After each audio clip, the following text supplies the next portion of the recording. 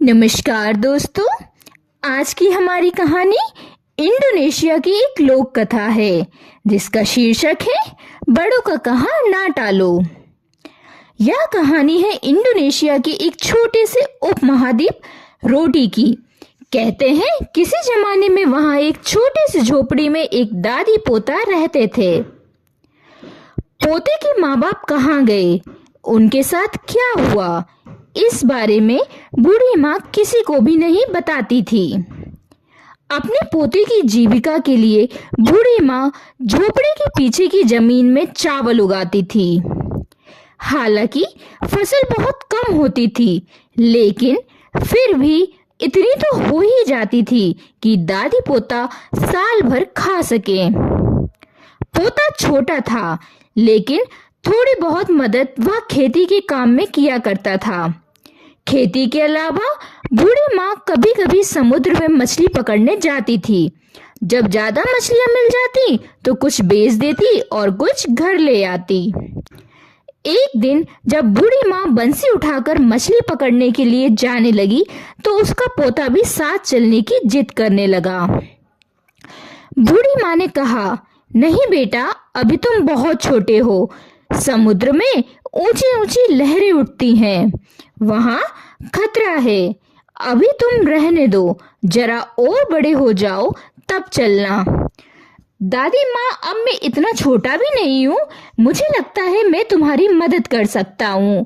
फिर यहाँ घर में भी तो मैं अकेले परेशान होता रहता हूँ। पोते ने ऐसा कहा। समुद्र पर तो मैं तुम्हें अभी नहीं ले जाऊंगी, पर तुम यहाँ परेशान होते हो और मेरी मदद ही करना चाहते हो तो एक काम कर सकते हो, हम दोनों के लिए चावल पका लेना। ठीक है दादी, पोते ने हामी भरी। हालांकि समुद्र पर जाने की अनुमति ना मिलने से वह दुखी भी था। कांटा, जाल व टोकरी उठाकर झोपड़ी से बाहर निकलते हुए दादी ने हिदायत दी, बेटा ध्यान रखना, पकाने के लिए केवल एक मुट्ठी चावल ही लेना। बूढ़ी माँ के जाने के बाद पोता अपने साथियों के साथ खेल में लग गया।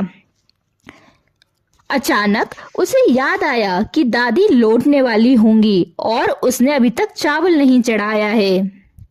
वह झटपट अंदर गया, आग सुलगाई और बर्तन चढ़ाया।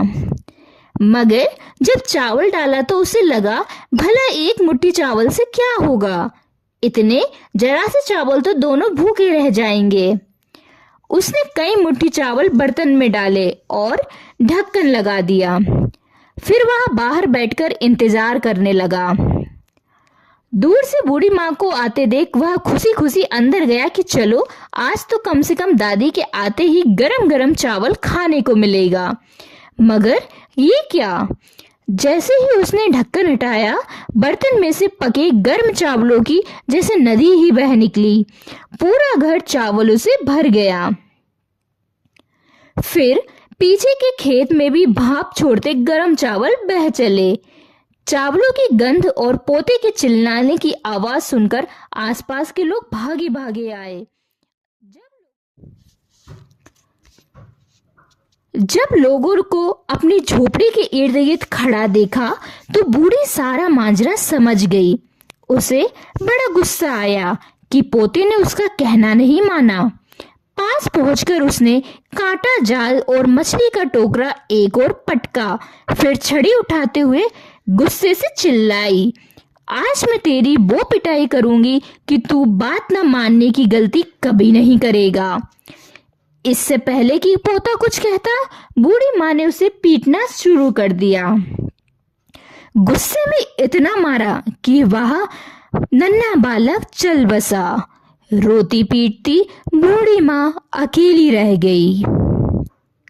इस घटना के बाद से रोटी माँ उपमहाद्वीप के बड़े कभी अपने बच्चों पर हाथ नहीं उठाते और बच्चे भी अपने से बड़ों का कहना नहीं टालते। एक बात और, इस द्वीप के निवासी अन्न का एक दाना भी बर्बाद नहीं करते हैं।